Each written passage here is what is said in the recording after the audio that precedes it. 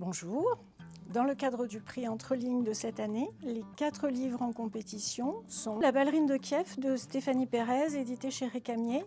Stéphanie Pérez est grand reporter à France Télévisions et pour son deuxième roman, elle nous emmène dans le conflit russo-ukrainien à côté de 2 danseurs étoiles de l'Opéra national de Kiev. Un récit poignant sur la place de l'art dans un conflit. Alors l'allègement des vernis de Paul Saint-Brie, il est édité au Livre de Poche. C'est son premier roman.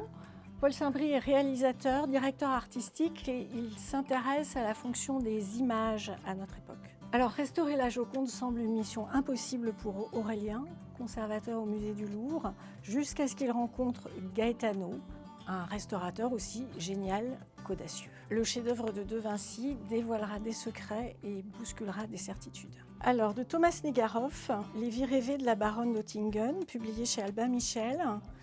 Alors, Thomas Negaroff est plus connu en tant qu'historien et journaliste que comme écrivain, mais il nous livre là un deuxième roman très personnel, puisqu'il part d'un portrait retrouvé dans le tiroir du bureau dont il a hérité de son arrière-grand-père.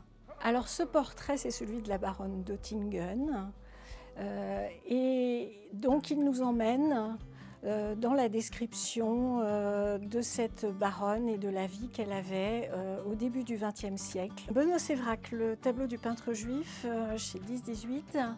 Alors Benoît Sévrac est un auteur de romans et de nouvelles qui font la part belle à l'analyse psychologique et à une analyse profonde et touchante du genre humain. Alors l'oncle et la tante de Stéphane vident leur appartement et lui propose de venir récupérer quelques souvenirs. Tu pourrais prendre le tableau du peintre juif? Qu'est-ce que c'est que cette histoire? Quel peintre juif?